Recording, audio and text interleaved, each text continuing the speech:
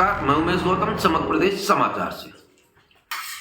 निश्चित ही भारत आस्था का देश है और आस्था और धर्म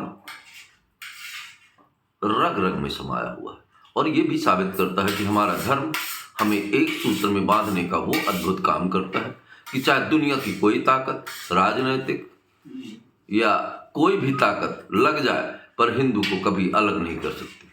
जब कोई भी पुण्य काम आता है, कुंभ का काम आया है, आप देख लीजिए, पता ही नहीं चलता कौन किस वर्ग का है। केवल गंगा का नाम और ईश्वर का नाम और आस्था विश्वास का एक अद्भुत संगम देखने को मिलता है।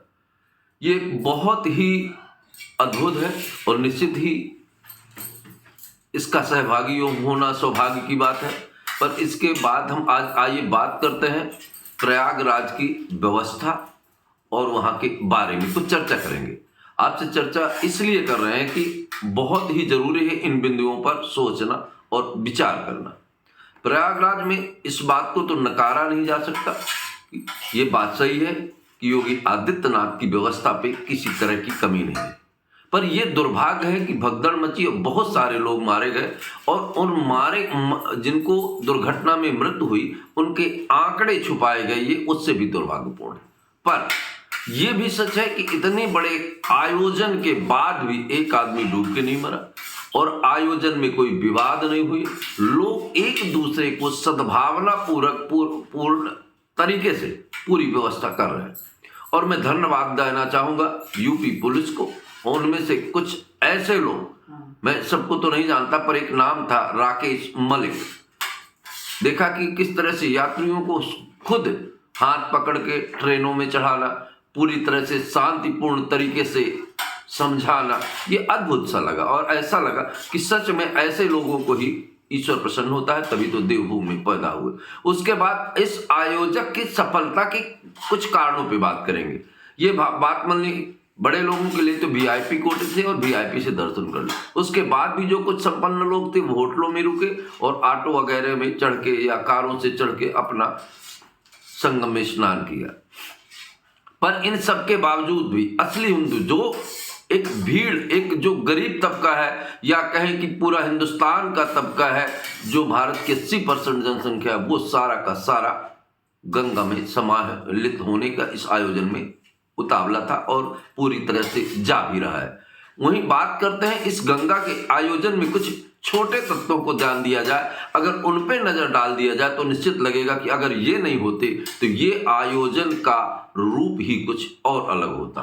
उस पे बात करते हैं हम बाइकर्स की, जो बाइक से लोगों को गंगा घाट तक पहुंचाते हैं और गंगा घाट से उठा के रेलवे स्टेशन, बस स्टैंड या कहीं जहां जाना है वहां भेजते हैं। इन बाइकर्सों का आज काम देखा हमने, ऐसा लगा कि सच में अगर ये नहीं होते तो ये कुंभ के आयोजन में कुछ ना कुछ कमी रह जाती। उस कमी को पूरा करने में ये बाइकर्स का काम है। ऑटो वाले तो ज्यादा पैसे भी ले लेते हैं और आधी दूर पे छोड़ देते हैं जहां 10 किलोमीटर पैदल चलना पड़ता है। हम खुद गए ऑटो से, रात में पर्याप्त मात्रा में पैसा लिया, फिर भी उसके बाद इतनी दूर छोड़ दिया कि हमें 10 किलोमीटर पैदल निकलना पड़ा।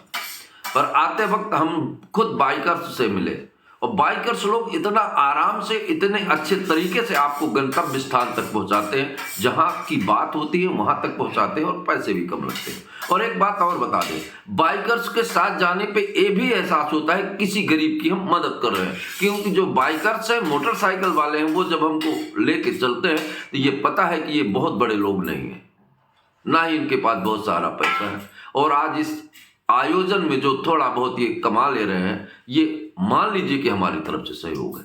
तो ये बाइकर्स लोग हैं और बाइकर्स वाले बहुत अच्छा काम कर रहे हैं और इस आयोजन में पूर्णता की भागीदारी है इनकी।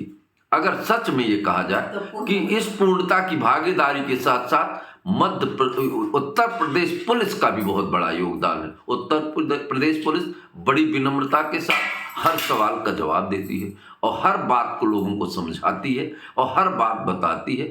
आप कहीं भी जाएं तो कोई भी सवाल करें तो एक समुचित तरीके से बताएगी और गंतव्य स्थल पर पहुंचाएगी। और ये तभी तो इतना बड़ा आयोजन किसी एक आदमी के बस की बात नहीं है, उसमें पूरे शहर और पूरे देश के कुनबे का हाथ होता है।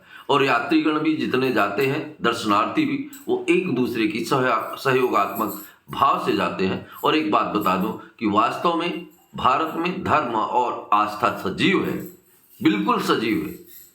उसी का कारण है कि हमारे मंदिर इस तरह से अद्भुत बने हैं कि उनके झंडे जिस तरफ पे वहीं रहती है। हमारी गंगा सजीव है, हमारी जमुना सजीव है, हमारी सरस्वती सजीव। पर उसके बाद एक बात का दुख जरूर है कि जिन गरीब लोग गंगा में जाते हैं, उनसे भी धनी और बड़े बड़े मठ वाले, जिनके पांव में चप्पल नहीं है, बदन में ढंग के कपड़े नहीं है, उनसे भी पैसे की उम्मीद करते हैं। ये दुख और दुर्भाग्य का विषय भी है कि महलों पे बैठे लोग गरीबों के पैसे से ऐश करना चाहता है। ये गंगा में ये भी देखा हमने। पर एक बात बता दें, धर्म के बीच में आडंबर की दुकान भी बहुत तेज चलती है साहब। इस बात को, जब धर्म हमारा सजीव है, सचमुच है, और इसे सनातन, निरंतर सनातन वो चीज है साहब जिसके बारे में कुछ कहना सबके बस की बात नहीं। मेरे तो हित सनातन माने निरंतर चलने वाला। जैसे मानव के अंदर सांसें निरंतर चलती हैं, और जब तक सांसें चलती हैं तभी तक वो जीवित है। इसी तरह ये धरती में जब तक सनातन है और सनातन निरंतर चलता है, तो ये पूरा देश चलता रहेगा। इस बात का मुझे गर्व है, पर इस बात का भी दुख है कि इस धर्म और सनातन के बीच में आडंबर रूपी बीज, जो धन और धन की लालच में इस सनातन धर्म के साथ मजाक करते हैं, ऐसे लोग भी हमारे साथ हैं। और दुर्भाग्य यही है हमारे देश का। बाकी जय गंगा मैया, जय प्रयाग। दोस्तों नमस्कार। ये महाकुंभ में छोटी सी बच्ची अपनी ताकत दिखाती हुई पूरे परिवार का पेट चलाती हुई